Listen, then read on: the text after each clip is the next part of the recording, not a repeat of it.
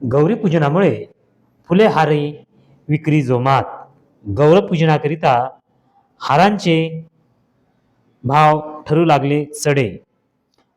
शेगाव शहरामध्ये प्रारंभिकपासूनच फुले हार विक्रेत्यांची ही दुकाने थाटलेली आहेत. आजच्या या गौरीपूजनामुळे हारांची मागणी वाढल्याने चढता बाजार असल्याचे दिसून येते. श्रींच्या पावन स्पर्शाने पुनीत झालेल्या संतनगरीमध्ये हार बनवणे हा एक व्यवसाय पारंपरिक पद्धतीने सुरू आहे.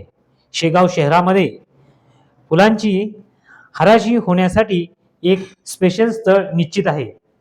या परिसरात विविध ठिकाणातून शेतकरी फुलांची माल विक्रीसाठी उपलब्ध करून देतात. हरतालिका, गणेश उत्सव व गौरी पूजन सोहळा या कालावधीमध्ये फुलांची मागणी वाढल्याने फुलांचा बाजार हा मागील काही दिवसापासून चढता असल्याचे सांगण्यात येत आहे. आज गौरी पूजन असल्यामुळे शेगाव शहरात बहुतांशी घरामध्ये गौरी पूजनाची जय्यत तयारी सुरू असून आज सायंकाळी तर काही ठिकाणी दुपारी भोजनाचा कार्यक्रम असल्यामुळे या उत्सवामध्ये गौरी पूजनाकरिता हार आवश्यक असतात. त्यामुळे फुलांचे दर सुद्धा चढत्या भावात असल्याचे समजते. शेगाव शहरामध्ये अनेक फुल हार विक्रेते असून कालपासूनच बहुतांश नागरिकांकडून घरातील पूजनासाठी लागणाऱ्या हारांचे बुकिंग करण्यात आल्याची माहिती मिळाली आहे.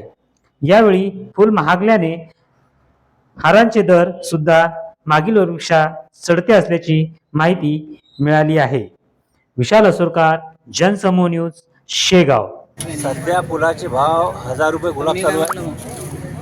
1000 रुपये टोपले गुलाब चालू आहे. शेवंती 300-400 रुपये चालू आहे. झेंडू 200-400 रुपये चालू आहे. गुलाब मागले म्हणजे फुलांचे भाव एवढे वाढलेले आहेत की आजच्या कंडिशनले मागच्या वर्षीपेक्षा बी आता भरपूर महाग आहे. मागच्या वर्षी काय रेट होता एका हाराच्या सेटचा आणि आता काय रेट आहे? रेट कमीत कमी 150 रुपयात 2 होते. आज ते 150 वाले हार 300 रुपये रेट झाले 2 हाराचे. याच्यासाठी माल कुठून आणलाय आपण? माल आपण नगरहून बोलवला, शिर्डीहून बोलवला, औरंगाबाद, नागपूर. बरं, काल रात्रीपासून तुमचं दुकान काम करतंय. एकूण किती ऑर्डर बुक केल्या तुम्ही?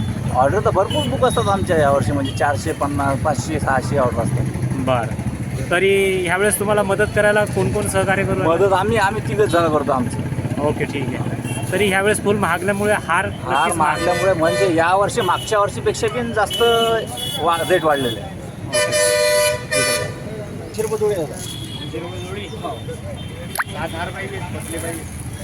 पतले बनवून राहिलो बा, टाइम लागेल जरा. आनंदाचं देश लागलं.